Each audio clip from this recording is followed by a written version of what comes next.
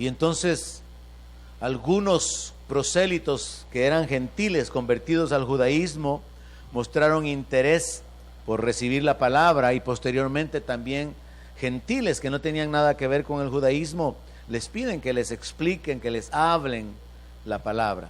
Y esto nos habla acerca de tener hambre, de estar interesados en recibir la palabra, en ser bendecidos, ser edificados y establecidos con la palabra de Dios.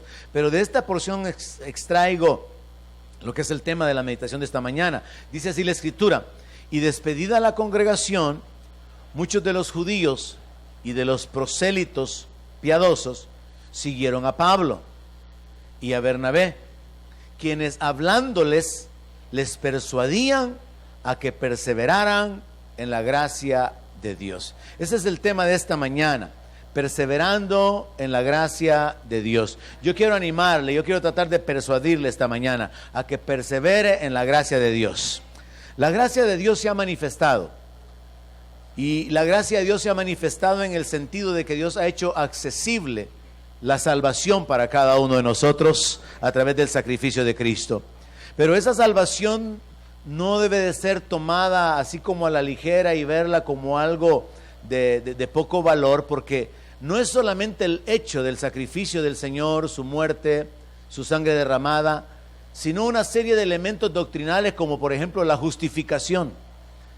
Por la gracia de Dios hemos sido justificados. Pero también la adopción. Por la gracia de Dios hemos sido adoptados como hijos de Dios. Pero también la herencia. Por la gracia de Dios hay una herencia reservada para nosotros. Pero también la autoridad. Por la gracia de Dios tenemos autoridad en el nombre de Jesús. Entonces, cuando hablamos de la gracia, tenemos que entender que la gracia se manifiesta en diferentes áreas en toda nuestra vida, en toda nuestra existencia. Y cuando pensamos en el Señor Jesucristo mismo y en su ministerio, nosotros podemos pensar en quiénes fueron beneficiados en el ministerio del Señor. El primer milagro que el Señor hizo fue en las bodas de Caná de Galilea. Y entonces esto nos muestra algo. El Señor mostró su interés por aquellas cosas naturales o normales de la vida. A mí me llama la atención el hecho de que el primer milagro no fuera en una sinagoga, no fuera una sanidad, sino que el primer milagro fue en las bodas. ¿Y cuál fue el primer milagro? Convertir agua en vino. ¿Y cómo es que el Señor viene y el primer milagro que hace es algo trivial, algo sin importancia, algo irrelevante? ¿Qué más da que en la boda, en la fiesta, se haya acabado el vino como para que su madre preocupada lo busque y le diga: mira, no tienen vino? Y el Señor se involucre en resolver un problema tan insignificante, porque ¿qué más da que la gente ya no tuviera vino para beber? Pero esto nos muestra la gracia de Dios, y quiero que comience a recibir espiritualmente esto. La gracia de Dios está disponible para manifestarse aún en aquellas áreas que usted piensa que no son espirituales, porque el Señor con su gracia puede cubrir todas las áreas de nuestra existencia, y Él está interesado en manifestarse en nuestras necesidades. Así que piensa en eso. El hecho de que Jesús haya hecho un milagro, el primer milagro en la boda, y el tipo de milagro que hizo, contiene un mensaje. Él está interesado en la vida natural, en la vida normal que nosotros desarrollamos. Y si luego pensamos en quiénes fueron todos los beneficiados en el ministerio del Señor, encontramos a aquellos que eran marginados, encontramos a los leprosos, a los ciegos, encontramos a las mujeres. El Señor viene para ministrar, para levantar, para restaurar a los que están oprimidos, a los pobres. Viene para darles de comer a los necesitados. El ministerio del Señor, que está en todas las áreas y en todas las direcciones, siendo movido por la gracia de Dios, cubre una diversidad de necesidades, como la sanidad, cubre áreas como el aspecto de la soledad o el rechazo o la condenación, como en el caso de aquella mujer a la que ya querían apedrear. Cubre áreas como el dolor o el sufrimiento humano, como cuando Él resucita al hijo de la viuda. Y en fin, cuando usted piensa en el ministerio del Señor, tiene que aprender a mirar. Jesús está revelando que la voluntad de Dios es manifestar su gracia en todas las áreas de la vida, de la existencia del ser humano. No es un asunto solamente religioso o espiritual, conectado con la unción, el Espíritu Santo y los dones. Jesús vino para ministrar a la gente en su necesidad. Jesús vino para levantar, para restaurar, para bendecir a la gente.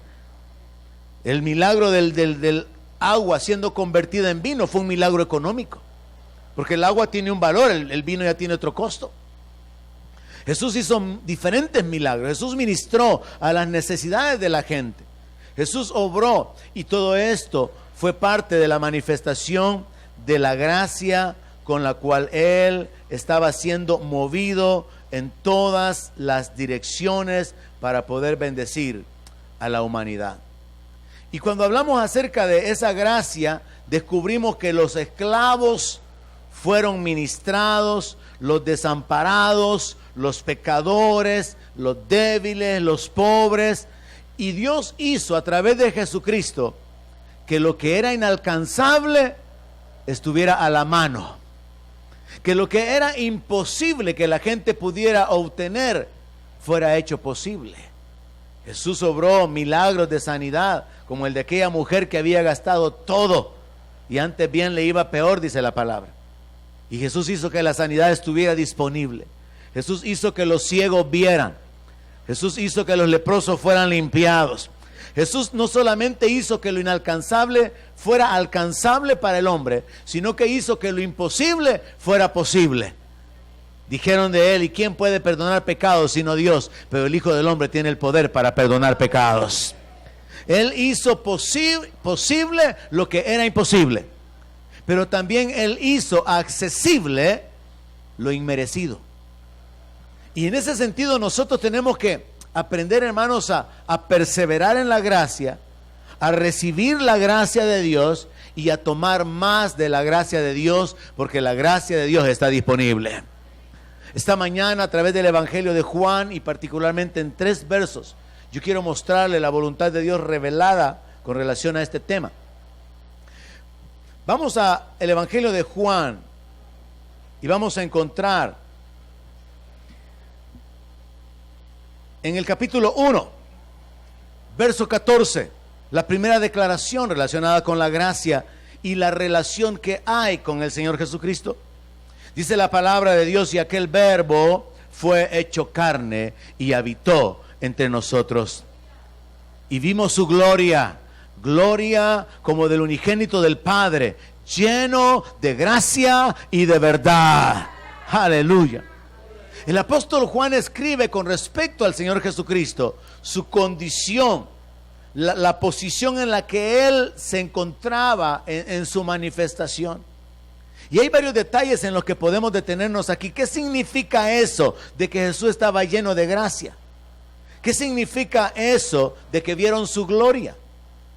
Lo primero que tenemos que entender es que el verbo que se hizo carne habitó entre nosotros, habitó entre los seres humanos, no pretendiendo ser humano, sino como dice el libro de Hebreos o la carta de Pablo a los Hebreos, Él participó de carne y sangre y vino a ser semejante en todo a sus hermanos.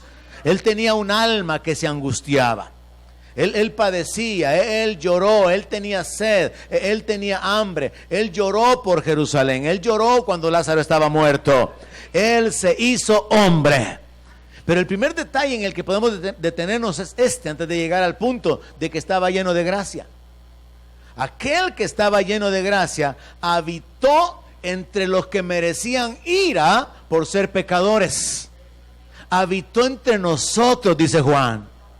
No entre un pueblo santo, no entre un pueblo reverente, comprometido, dedicado a Dios, sino entre un pueblo religioso, lleno de fariseos, gente hipócrita, gente con corazón malvado, gente legalista, gente que estaban condenando a los inocentes y que tenían una vida de apariencia. Allí el verbo habita en medio de gente que lo que merecía era la ira de Dios, pero habitó lleno de gracia.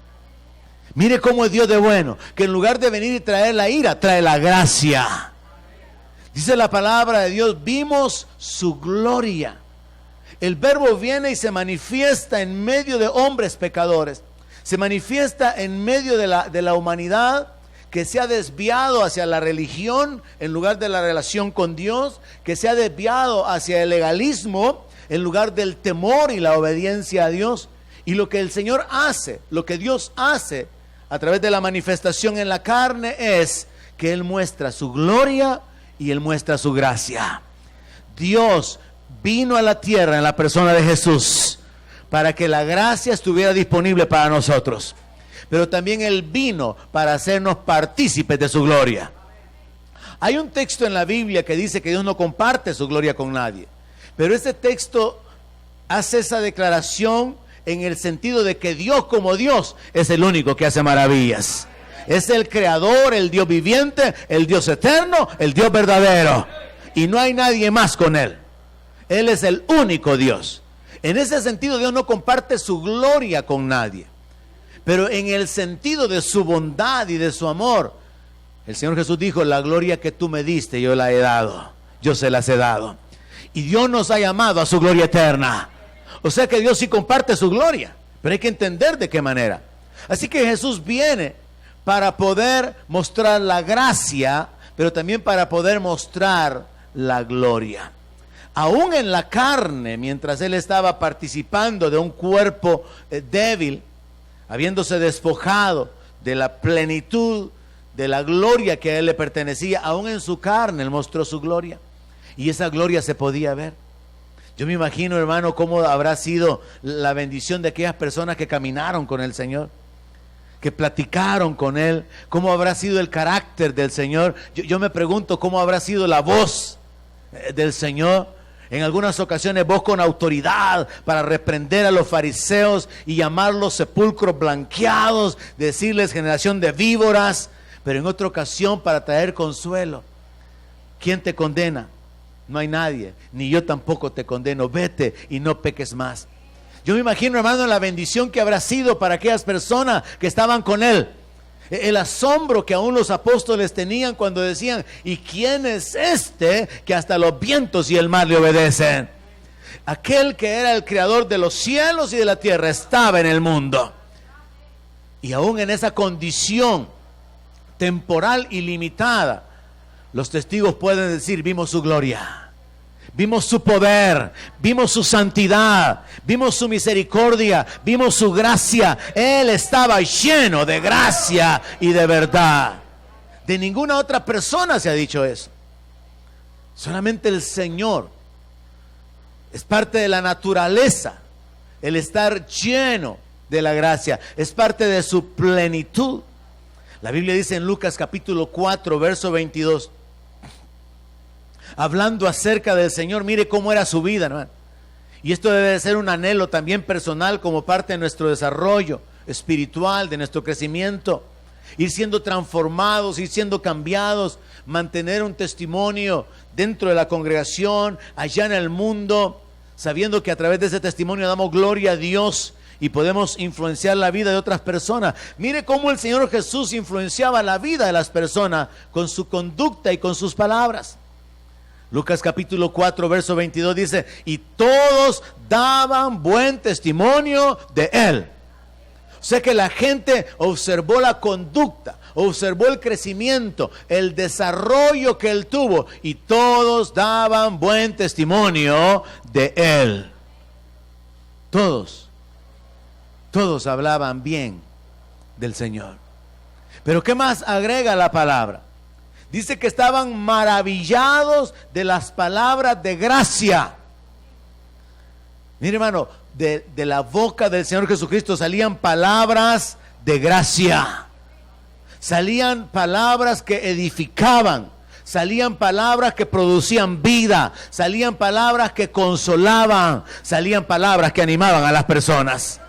Salían palabras que revelaban el favor de Dios, la voluntad de Dios. Sé libre, sé sano, vete. Salían de su palabra, de su boca palabras llenas de gracia. Así que podemos entender que Jesús estaba tan lleno de gracia, y como la palabra dice que de la abundancia del corazón habla la boca, estaba tan lleno de gracia que sus palabras eran palabras de gracia, palabras de bendición, palabras que revelaban la voluntad de Dios, el favor de Dios, palabras que traían vida y edificación a los que le oían. Jesús estaba lleno de gracia, era su naturaleza, era la plenitud que habitaba en él, la gracia de Dios.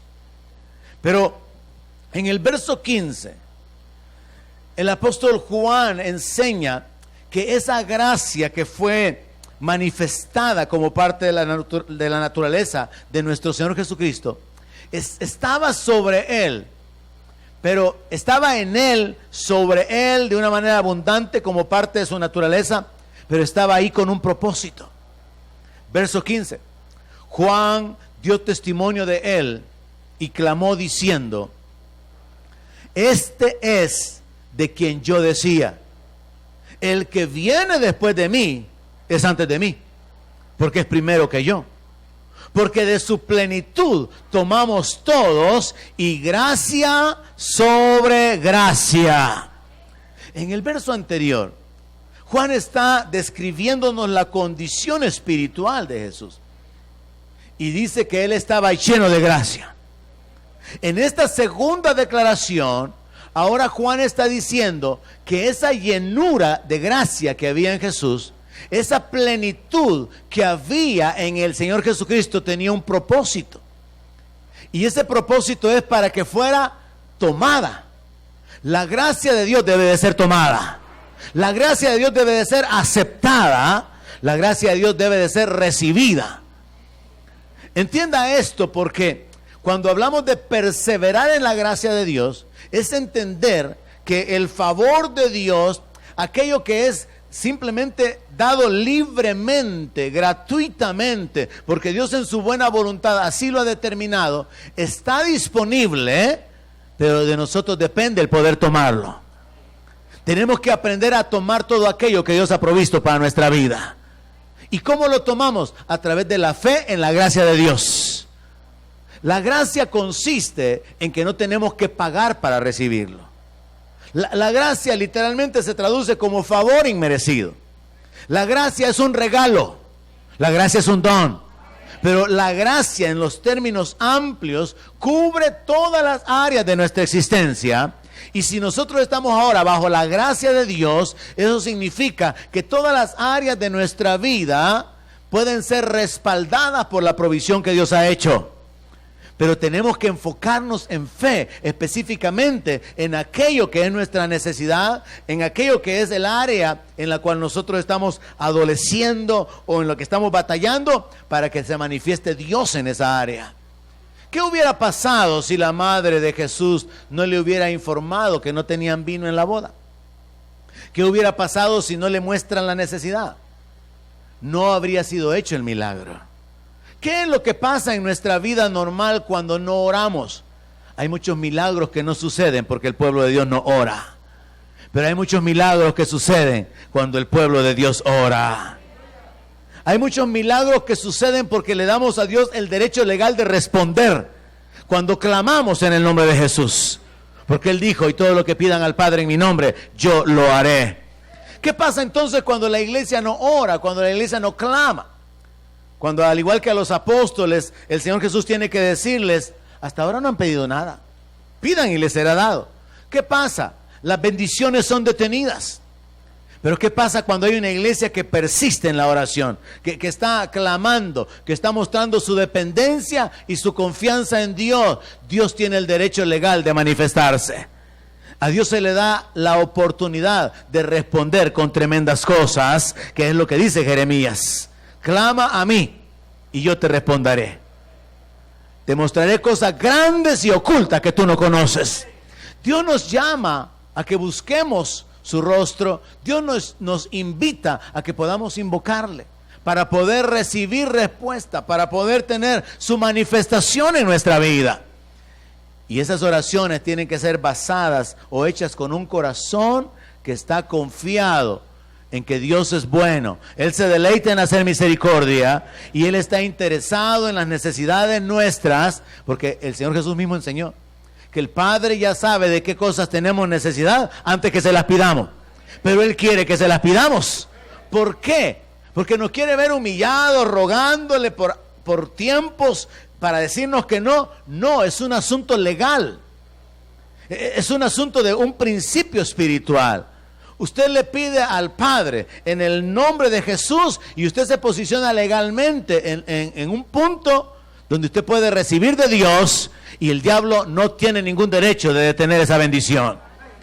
Pero el diablo va a tratar de apartarnos de la comunión con Dios. El diablo va a tratar de robarnos incluso las dádivas y las bendiciones que Dios nos ha dado. El diablo va a tratar de detenernos de que nosotros no tomemos la gracia de Dios. Yo quiero que le preste atención a la frase, porque de su plenitud tomamos todos. Y gracia sobre gracia. Préstele atención a esa frase. Lo primero que está diciendo ese texto es que hay una acción que es nuestra responsabilidad. De su plenitud tomamos. Yo tengo que moverme para tomar de la plenitud del Señor, de la plenitud de su gracia, de la plenitud de su favor, de la plenitud de su ayuda. La ayuda está disponible, el favor está disponible, el poder está disponible. No oigo el amén. La provisión está disponible, la sanidad está disponible, el milagro está disponible, pero yo tengo que moverme para tomarlo. Entonces Juan dice, de su plenitud tomamos todo. Así que yo me imagino a Juan con este entendimiento, pensando en todos los milagros, la gente que había recibido, aquella mujer que tocó el borde del manto y tomó la sanidad. Yo me imagino en cuánta gente después que se agolpaba y querían tocarlo para poder ser sanados, aquellos que creyeron a la palabra y comenzaron a tomar los milagros porque sabían que los milagros estaban disponibles con un toque del Señor. Podemos pensar en aquel centurión que le dijo, ni vayas a mi casa, no es necesario, solo di la palabra. Ese hombre tomó de la plenitud del Señor. Piensa, hermano, las historias en la Biblia no tienen que ser vistas como historias únicamente, sino como registros de acciones que nosotros podemos imitar. Esa mujer débil que había tenido flujo de sangre por mucho tiempo, me la imagino yo demacrada, débil, así como una persona que padece o adolece de anemia, muy débil, pero esta mujer se atravesó en medio de la multitud porque ella dijo, yo voy por mi milagro, yo voy a tomar de la gracia que abunda en él, ese milagro es mío, y fue a tomarlo. Y pienso yo en lo mismo con respecto al centurión. Él sabía que solamente había que escuchar una palabra de autoridad que saliera de la boca del Señor y el milagro se iba a efectuar. Entonces yo me imagino a Juan pensando, él siendo testigo de todos los milagros en los diferentes niveles, en las diferentes áreas, la multiplicación de los panes, la multiplicación de los peces. Vemos a Juan recordando y pensando y haciendo esta declaración, de su plenitud tomamos todos. Una declaración que pudiera haber sido hecha en el sentido de tiempo pasado. De su plenitud tomamos todo. Aprovechamos la manifestación y la presencia de aquel que estaba lleno de gracia y de verdad. Y de su plenitud tomamos todos. Pero también es una declaración que puede ser tomada en un tiempo presente continuo. Porque esa es la verdad. Como Jesús es el mismo ayer, hoy y siempre, por los siglos, de su plenitud tomamos todos y seguimos tomando y seguiremos tomando. La gracia de Dios está disponible. Jesucristo trajo esa gracia y la hizo disponible. Ahora, el énfasis está en la segunda parte. Y gracia sobre gracia. Quizás una forma de tratar de hacerle entender esto sería, aunque las traducciones en otras versiones dicen bendición sobre bendición, favor sobre bendición, o favor tras favor, o regalo tras regalo. Una de las formas que quizás podría ayudarme para ilustrarlo sería esta. Estábamos en un centro comercial en los Estados Unidos hace algunos años, en una región, en unas montañas, y era una época de ofertas, era una época de cambio de temporada, y entonces todas las tiendas tenían todas las cosas con descuento. Pero fuimos a una tienda donde los rótulos eran algo así como esto: 40% de descuento del precio original. Y después había otro rótulo: y tome un 20% más solo por hoy. Y luego había otro rótulo: y tome un 25% más de descuento si lleva 2 piezas. Y luego otro rótulo: y agregue un 15% más si hace tal o cual cosa. Total, hermano, que al final, al hacerle descuento sobre descuento sobre descuento, las cosas estaban súper accesibles. Entonces aplique esto de una manera espiritual. ¿Qué es lo que Juan está diciendo para usted esta mañana? Que la gracia de Dios está disponible para su vida, pero que usted tiene que tomarla. Pero que no se conforme con tomar una porción de gracia. Usted puede tomar gracia y luego le agrega gracia a la gracia. Y luego le agrega gracia a la gracia que ya recibió. Y le agrega más gracia, regalo tras regalo, bendición tras bendición. Si alguien puede creerlo, lo puede recibir. Porque la gracia de Dios está disponible. Gracia, creer en la gracia es necesario para recibirla. ¿Sabe cuál es nuestro problema en la mente? Que pensamos que tenemos que merecerlo. Que pensamos que tenemos que pagarlo. Y con Dios no podemos actuar de esa manera. ¿Quién le va a pagar a Dios por el perdón de pecados? ¿Quién le va a pagar a Dios por el bautismo con el Espíritu Santo? ¿Quién le va a pagar a Dios por la herencia en los cielos? ¿Quién le va a pagar a Dios por los dones espirituales? ¿Quién le puede pagar a Dios por la adopción? Cuando se trata de Dios, mis hermanos, nadie puede pagarle nada. La moneda del reino es la fe, y la fe honra a Dios.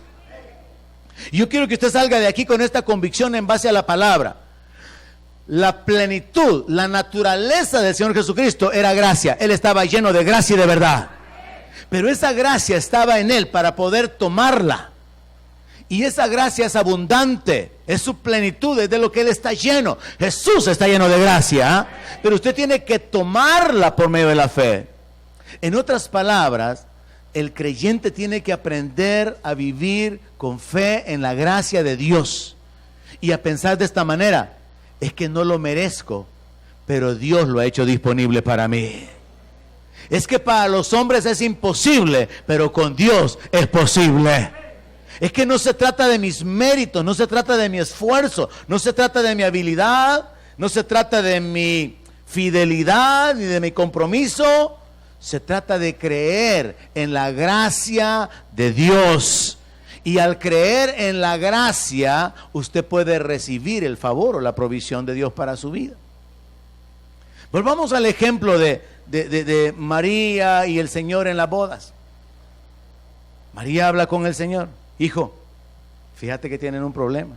¿Y qué pasa, madre? Se les acabó el vino, ya poquitito tienen. Y Jesús, usted sabe, responde: mujer, todavía no ha llegado mi hora. Es algo así como que, ¿y qué querés que yo haga? Porque Él está enfocado en que el propósito principal por el cual Él vino es para buscar y salvar lo que se había perdido. Él no vino para arreglar problemas de fiestas. Él no vino para arreglar problemas de mala coordinación en una fiesta. Él no vino para tratar esas pequeñeces humanas. Él vino para dar su vida en rescate por muchos. Y entonces Él le responde a su madre de esa manera: mujer, todavía no ha llegado mi hora. Pero mientras Él hace esa declaración, Él se ocupa de la necesidad. Y entonces aplíquelo en su vida. Jesús vino para salvarnos. Jesús vino para morir por nuestros pecados. Pero Él ya mostró que Él puede involucrarse, y Él quiere involucrarse en las necesidades naturales de nuestra vida. Que Él puede manifestarse en su condición particular. ¿Sabe cuál es el problema? Que nosotros queremos arreglar las cosas. Y yo le puedo comprobar algo: usted no las puede arreglar porque usted las enredó. Si usted pudiera arreglarlas, usted no se hubiera enredado tanto. Usted no puede arreglar su matrimonio, solo Jesús puede hacerlo.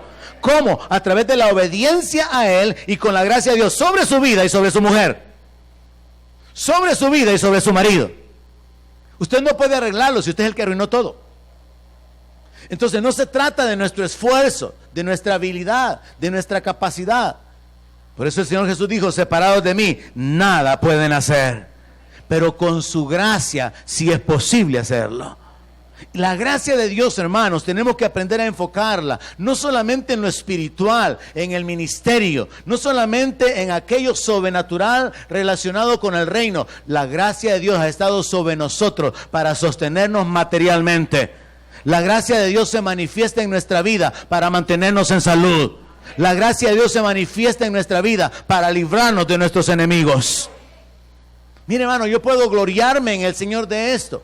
Mi sueldo fue reducido a la mitad del año pasado, pero yo fui 3 veces a Estados Unidos.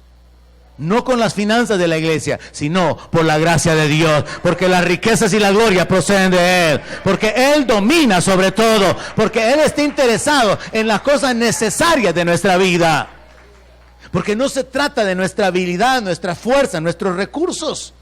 Se trata de la habilidad de Él, de los recursos de Él, de su poder y de su buena voluntad. Entonces no es un asunto de esfuerzo, sino que es un asunto de fe. Yo quiero que usted active su switch de fe esta mañana en la gracia. Póngase en el modo fe en la gracia de Dios. La fe en la gracia de Dios va a abrirle puertas que usted no se imagina. La fe en la gracia de Dios va a causar que usted sea levantado. Cuando usted lee y examina este asunto de la gracia en la Biblia, usted encuentra, ocupemos el ejemplo de José. Usted encuentra a un jovencito que por los celos de sus hermanos, la envidia de sus hermanos, lo vendieron. Pero no importa que usted lo hayan vendido, si usted tiene fe en la gracia de Dios y la gracia de Dios está sobre usted, usted va a ser levantado.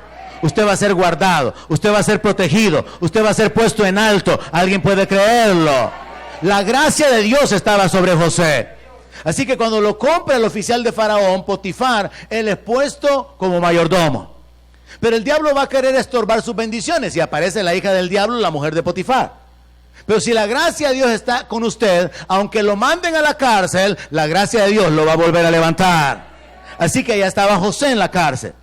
Y el jefe de la cárcel puso a José a cargo de todo. Y él ya no se preocupaba de nada. Lo hizo el jefe a él.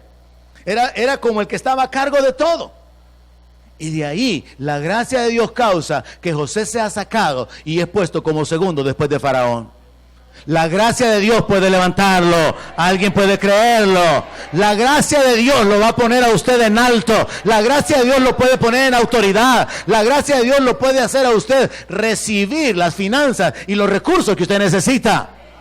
Pero esta mañana va a tener que hacer algo. Va a tener que renunciar a hacer las cosas en sus fuerzas. Si tomó ya probó, hermano, no le funciona. Pruebe de otra manera, hombre. Pruebe creyéndole a Dios. El trabajo que no ha podido conseguir por sus fuerzas, Dios se lo puede proveer. Porque hay uno que es poderoso para abrir caminos donde no lo hay. Que abre puertas que nadie puede cerrar. Pero es por la gracia, no por su esfuerzo. Porque si usted se pone a pensar en lo mal estudiante que era, y se pone a pensar en las malas recomendaciones que tiene, y que ni yo le voy a dar ninguna porque ni viene al culto, está perdido. Pero ¿sabe qué? La gracia está disponible para aquellos que no merecen nada, porque por eso se llama gracia. Y usted califica para recibir la gracia, porque por la gracia no se paga. La gracia se recibe gratuitamente. ¿Qué hay que hacer para recibir la gracia? Creer en el Dios de amor que quiere manifestarse en nuestra vida. Entonces, aquello que usted ha tratado de hacer y no ha podido, ahora créale a Dios para recibirlo y le vendrá. Jesús dijo eso. Pidan y mientras piden, crean que reciben lo que piden y os vendrá. Jesús no dijo, y mientras piden, háganle memoria al Padre de cómo ustedes se han comportado, cómo ha sido su conducta, que revise el libro de los diezmos y las ofrendas para que vea cuánto tienen acumulado, que chequee sus buenas obras, la fidelidad y cómo ustedes se han guardado en santidad. No solamente dijo, crean y os vendrá. Si alguien puede creer, lo puede recibir. Fe en la gracia de Dios obra milagros, hermano. La fe en la gracia de Dios causa que el poder de Dios se manifieste en la vida de las personas. Pero usted tiene que tomarla. Juan lo dice claramente. De su plenitud tomamos todos. Y gracia sobre gracia. Fíjese que cuando hablamos de la gracia en la Biblia, fue por la gracia de Dios que los israelitas despojaron a los egipcios. O sea que la gracia de Dios puede manifestarse en que las bendiciones de otros vengan a sus manos. Yo lo creo. Yo creo que hay dinero que está en las manos de los impíos que tiene que venir a mis manos. Yo creo, Dios lo ha dicho, está escrito en su palabra, es la voluntad de Dios. Yo creo que hay bienes que ahorita me los están cuidando, me los están guardando, pero Dios tiene determinado que vengan a mis manos por su gracia, por la gracia de Dios. Así que los israelitas no hicieron nada para poder despojar, sino que caminaron bajo la gracia de Dios y despojaron a los egipcios. Mire, fue por la gracia de Dios que Ruth, la viuda moabita, que no tenía ni trabajo, ni profesión, ni esperanza, es levantada y se llega a convertir en la abuela de David y esposa de un hombre acaudalado. Hay esperanza para las viudas. Dios puede levantarlas. Dios puede bendecirla. Lo digo en serio. Dios es poderoso para darle otra oportunidad y bendecirla. Fue la gracia de Dios la que causó que Esther, la huérfana, se convirtiera en reina. Hay esperanza para los huérfanos. Dios puede levantarle a una posición de honor, a una posición de autoridad, a una posición de bendición. ¿Quién se iba a imaginar, hermano, que una niña que quedó sin madre, sin padre y que la crió su primo, se convirtiera en la reina? Ni en los sueños, pero sí con la gracia de Dios. Y por causa de la gracia de Dios sobre Esther, dice que cuando el rey la vio, la amó más que a todas las mujeres. Y por la gracia de Dios, esa mujer fue levantada. Mujeres, Dios quiere levantarlas. Dije, mujeres, Dios quiere levantarlas. La gracia de Dios puede hacer en su vida lo que ustedes no pueden lograr y lo que sus maridos no han hecho por ustedes. La gracia de Dios puede manifestarse en su vida.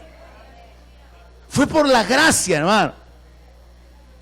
Fue por la gracia que Daniel fue puesto aparte por el jefe de los eunucos. Y fue por la gracia de Dios sobre su vida, Dios dándole sabiduría, entendimiento, revelaciones y visiones, que a pesar de que habían enemigos, Daniel fue puesto en alto. O sea que cuando usted tiene la gracia de Dios sobre su vida y usted aprende a tomar de la gracia de Dios, no importa que hayan enemigos. Sí van a haber días difíciles. Sí va a tener que estar con unos leones apestosos una que otra noche. Sí, van a haber amenazas, van a haber dificultades, pero al final la gracia de Dios va a prevalecer sobre su vida y Dios se va a glorificar en usted. Y al final usted va a morirse diciendo, por la gracia de Dios fui lo que fui y por la gracia de Dios hice lo que hice. Porque la gracia de Dios obró en mi vida. El favor de Dios, la buena voluntad de Dios manifestada en mi vida. Algo inmerecido, algo que yo no podía alcanzar, fue hecho accesible simplemente porque servimos a un Dios que es bueno y que para siempre es su misericordia. Yo quiero que se enfoque esta mañana. Fe en la gracia. Ya he predicado con anterioridad sobre este principio, pero esta mañana nos corresponde volver a reavivar esta actitud. Fe en la gracia de Dios. Es fe en la buena voluntad de Dios. Es fe en el carácter, en la naturaleza de Dios. Y esa fe en la gracia de Dios, hermano, causa que Dios sea honrado y causa que usted sea bendecido. La gracia de Dios, según la Biblia, se ha manifestado de muchas maneras hasta el punto que si hablamos de lo que son nuestras necesidades principales, las físicas, las materiales, 2 Corintios 8, verso 9 dice, porque ya ustedes conocen la gracia de nuestro Señor Jesucristo, que por amor a ustedes se hizo pobre, siendo rico, para que ustedes con su pobreza fueran enriquecidos. Ese pensamiento que hay en el mundo de que los ricos ya están cabales, no es cierto, hermano. Todavía hay muchos que Dios puede levantar y Él quiere levantar y Él lo puede hacer por su gracia, no porque lo merezcan, sino porque simplemente Él se deleita en mostrar su bondad, en mostrar su poder, en extender su mano y enviar bendición. Entonces, enfóquese, hermano. Fe en la gracia. La gracia va a causar que usted reciba favores de personas en las que usted no ha buscado, en las que usted ni siquiera ha imaginado. La gracia de Dios va a causar que otras personas le sirvan, que otras personas lo beneficien. La fe en la gracia de Dios va a causar que usted sea levantado. Y aquí les voy a decir el secreto que ni mi esposa sabe. Y me reclamó porque me dijo, ¿y por qué ni siquiera yo sé el secreto? Porque es un secreto, le dije. Y aquí les voy a decir el secreto. Uno de los secretos de este año de la gracia de Dios. Me han ofrecido para mí y para ella el crucero del cual yo he hablado. Si alguien se alegra, diga gloria a Dios. Pero yo me siento pecador y le digo, Señor, ¿lo acepto o no lo acepto? Es que hay una parte en nuestra naturaleza humana así, hermano.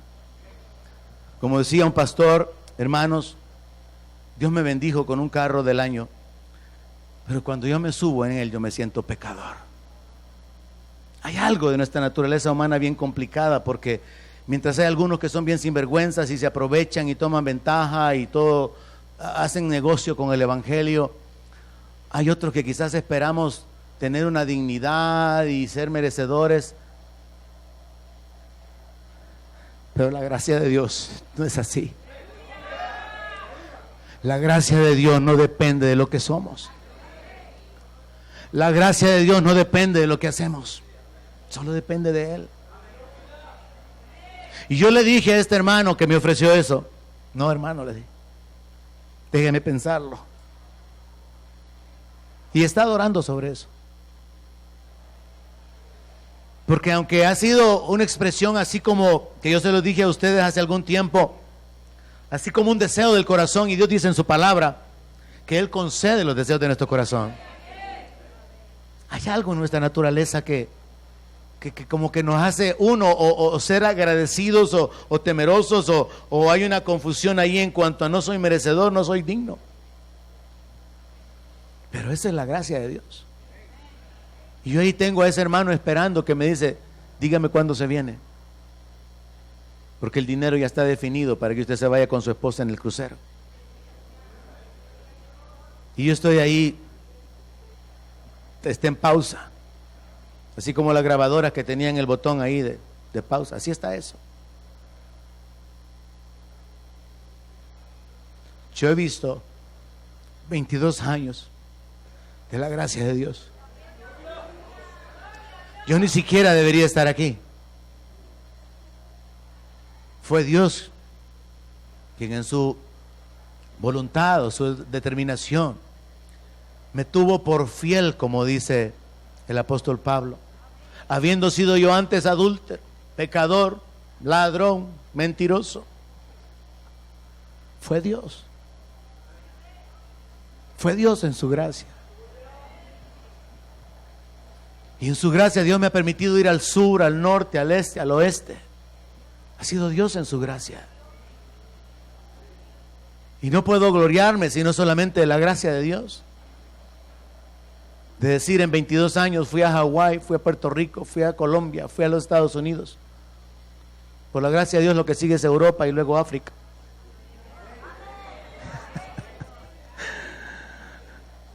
Es la gracia de Dios, hermano. No es por el esfuerzo, no es por merecerlo, es simplemente por creer en su amor, es simplemente por creer en su gracia. Y alguien puede decir, pastor, pero eso es porque usted es pastor. No, si hay un montón de pastores que están peor que usted. Hay un montón de pastores que están en condiciones más difíciles económicamente que muchos miembros de la iglesia. Hay muchos pastores que no tienen carro y usted tiene carro. Hay muchos pastores que no tienen casa, usted tiene casa. Entonces no es un asunto de ser pastor o no ser pastor. Es un asunto de entender la gracia de Dios. Es un asunto de entender la gracia de Dios.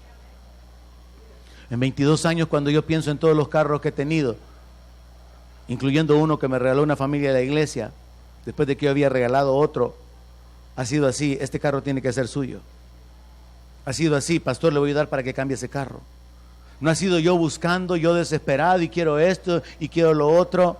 Ha sido Dios usando gente. Yo recuerdo que en una ocasión incluso le pedí prestado a un hermano un dinero por una semana, porque a mí me entrenaron sobre eso. Uno, a no prestar dinero a los miembros, y otra, a no pedir dinero. Y yo le dije a un hermano en la iglesia: hermano, présteme dinero estos 8 días, porque ahí viene ya, solamente necesito hacer un pago.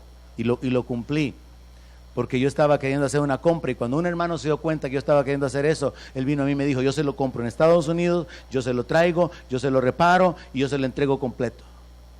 Y yo ni lo conocía. Lo mismo pasó con ese carro que ando ahorita.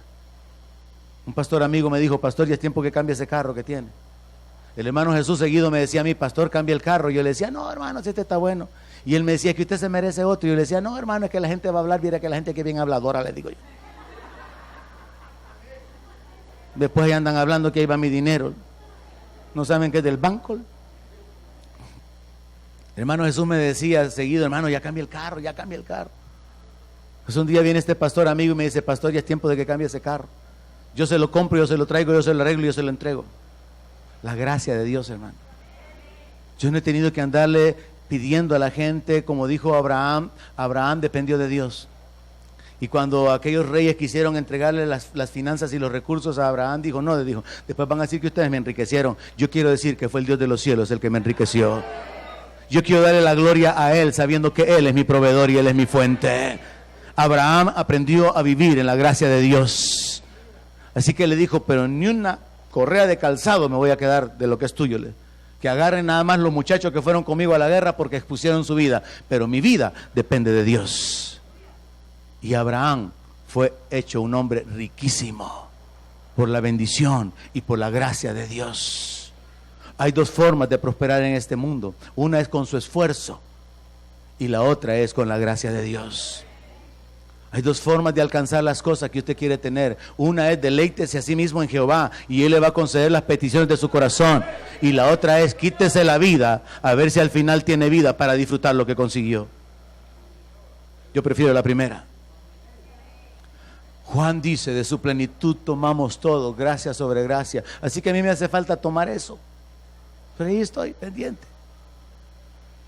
Hablando de finanzas, 2 Corintios capítulo 9, verso 8 dice: y poderoso es Dios para hacer que abunde en vosotros toda gracia. ¿Cuántos creen que Dios es poderoso? Él es poderoso para levantar a los muertos. Él es poderoso para poder cambiar la condición de alguien que esté en la miseria y levantarlo.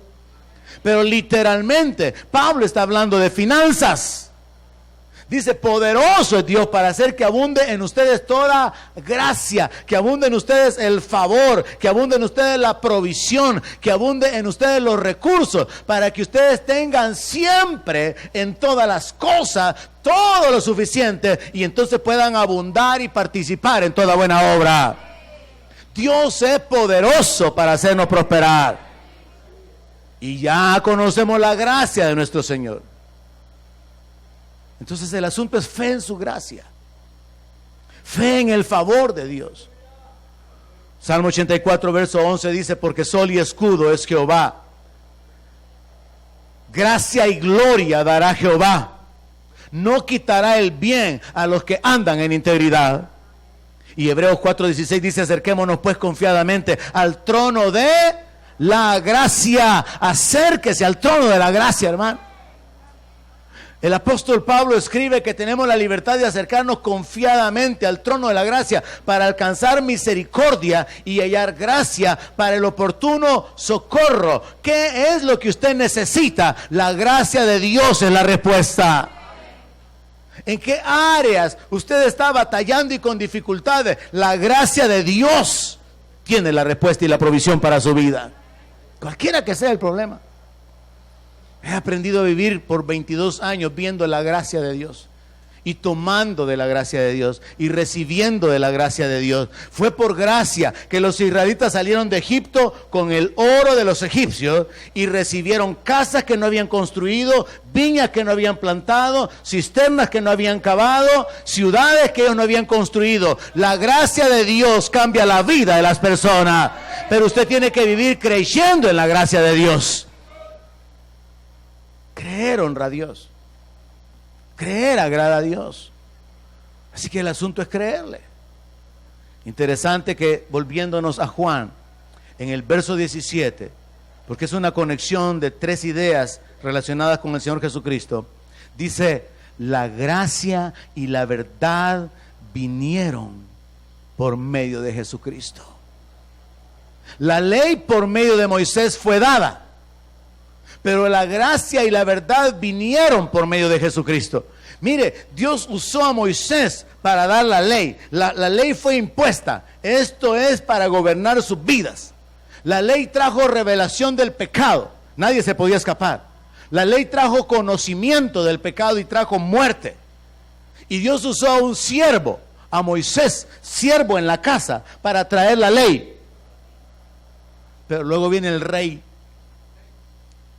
Jesús, y el rey trae la gracia. La gracia vino por medio de Jesucristo. La gracia fue traída por medio de Jesucristo. Ahora vean la diferencia. La ley fue dada, fue impuesta, pero la gracia es traída. La gracia está aquí, la gracia está disponible. El Rey Jesús le ofrece su gracia y usted puede tomarla a través de creerle. Usted recibe la gracia a través de su fe en que Él se deleita en hacer misericordia. La palabra de Dios nos muestra este contraste. Moisés subió al monte Sinaí para recibir la ley, símbolo de la justicia y de la santidad de Dios. Pero Jesús subió al Calvario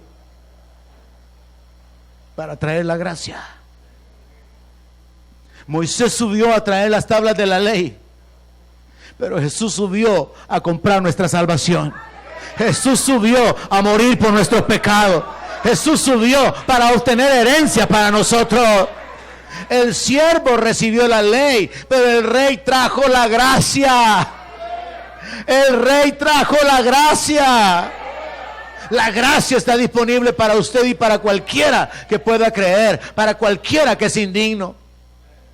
Pablo dice que al que obra y se le retribuye algo, no es gracia, eso es salario. La gracia se recibe gratuitamente. La gracia es algo inmerecido, inalcanzable. Usted no trabaja, usted no retribuye eso, simplemente lo recibe de un Dios de amor. Eso es la gracia de Dios. Y Jesús subió al monte Calvario para traer la gracia. La ley fue dada por medio de Moisés, pero la gracia por medio de Jesucristo. La ley fue dada por medio de un siervo llamado Moisés, pero esta revelación de la ley trajo esclavitud.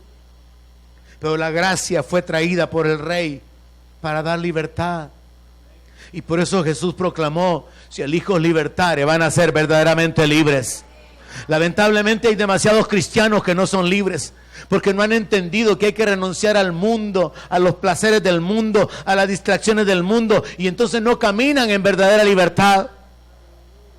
Sí, tienen una agenda donde el mes de febrero van a venir 3 veces a la iglesia. No han entendido la libertad, no han entendido la gracia de Dios, no han entendido el sacrificio de Cristo. Tienen tiempo para andar para arriba y para abajo subiendo fotos de donde andan, pero no tienen tiempo para adorar al que vive por los siglos de los siglos. Tienen tiempo para tomarse fotos en todas partes y mostrar cómo andan disfrutando la vida, pero no tienen tiempo para disfrutar delante de aquel que da aliento, vida y todas las cosas. Y no lo digo por usted, sino por usted y otros más. Es no entender la gracia. Muchos cristianos no han entendido la gracia. Ha sido provista gratuitamente. Y cuando algo se recibe gratuitamente, lo menos que podemos hacer es responder con gratitud. Corresponder con gratitud. La gracia y la verdad vinieron por medio de Jesucristo. Jesucristo es el medio para recibir la gracia de Dios. Nadie más.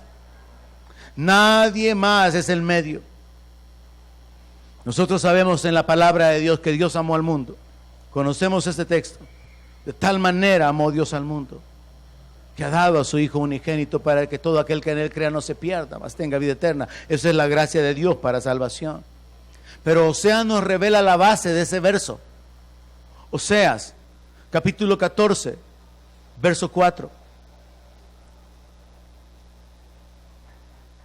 En Oseas, capítulo 14, verso 4, Dios se reveló. Dios reveló la base, el fundamento, por lo cual posteriormente habría de ser dicho que Dios amó de tal manera al mundo. En Oseas 14:4, esto es lo que el Señor inspiró al profeta a hablar: yo sanaré su rebelión, los amaré de pura gracia, los amaré de pura gracia. No había razón para que Dios nos amara. No había razón para que Dios me pusiera en el ministerio. No había razón para que Dios me alcanzara. Yo le digo al Señor muchas veces: Señor, ¿y por qué me atrajiste si no había nadie orando por mí? Si yo, al igual que a algunos, le ha tocado seguir al Señor con la oposición de sus padres. Yo le pregunto eso al Señor: ¿por qué me atrajiste? Como decía un canto de hace algunos años: ¿quién era yo para que en mí tú te fijaras? ¿Quién era yo para que tú me perdonaras? Y cuando miro hacia atrás, yo sé que yo no era nadie digno. Pero entonces entiendo que el único digno es Él. Él merece la gloria, Él merece la alabanza, Él merece toda la adoración, las acciones de gracia. El único digno es Él, el único merecedor es Él. Servimos a un Dios de gracia y de misericordia, pero que nosotros no hemos aprendido a conectarnos con Él. No hemos aprendido a vivir por esos principios. Jesús claramente dijo que los gentiles se afanaban y buscaban qué van a vestir, qué van a comer. Jesús prácticamente está reprochando ese estilo de vida de afanes. Y entonces hace la declaración: ya su Padre ya sabe de qué cosas tienen necesidad. Jesús está revelando algo secreto ahí. Jesús está diciendo: mi Padre tiene el poder y la buena voluntad para tener cuidado de ustedes. Pero si ustedes prefieren tener cuidado de ustedes mismos, de ustedes solos, es su decisión. Pero hay un Padre en los cielos que nos amó por pura gracia. Nos amó porque Él nos quiso amar. Nos amó porque Él decidió hacerlo así. Y ese amor del Padre hacia nosotros ha cambiado nuestra condición por medio de la fe en Él y en su sacrificio. Pero ahora entienda, es mucho más que la salvación. La gracia de Dios está disponible para usted y para mí. Hay cosas que usted puede conquistar en este 2020. Hay cosas que usted puede recibir en este 2020. Hay cosas que le fueron negadas. Hay obstáculos que pueden ser removidos. Hay maldiciones que tienen que ser anuladas por la gracia de Dios, por el favor de Dios, por el poder de Dios.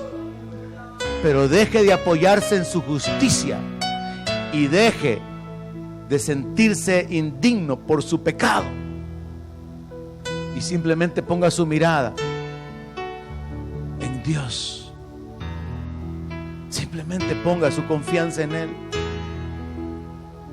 Y esta mañana usted puede comenzar esa nueva etapa de vida diciéndole: Padre, decido comenzar y tomar una nueva dirección en mi vida. Decido creer en ti por aquellas cosas que yo no puedo alcanzar. Porque para el que cree todo le es posible. Porque con Dios todo es posible. Porque en Cristo somos más que vencedores. Usted puede tomar esta decisión esta mañana de reenfocarse, no en su capacidad, no en sus méritos, sino en la gracia de Dios. Vamos a orar sobre esto, póngase de pie. Aleluya. Bendito Dios. Es tu gracia que nos ha traído hasta aquí, Señor. Es tu gracia. Es tu gracia. Señor. Aleluya, sí, Señor. Es tu gracia, Señor. Señor. Ha sido tu gracia rodeándonos, cubriéndonos. Ha sido tu favor, favor inmerecido, poniendo límites al enemigo, haciendo accesible lo que no era posible, aquello a lo que no teníamos derecho, lo que no podíamos haber alcanzado. Sí, sí. Ha sido tu gracia. Aleluya, Señor. Y esta mañana, Señor, yo te doy gloria. Bendigo tu nombre. Declaro tu grandeza. Sí, Señor. Proclamo tu majestad, tu dignidad, Señor. Poderoso Rey, te adoramos. Tú eres el Rey de gloria, digno de ser temido, de ser adorado, de ser servido. Aleluya. Toda la honra te pertenece a ti. Sí, Señor. Todo el honor es tuyo. Bendito Dios. Amén. Sí, Señor. Yo te adoro, Señor. Adoramos tu Yo te nombre. adoro, mi Rey. Donde mi palabra sea su alimento, allí quiero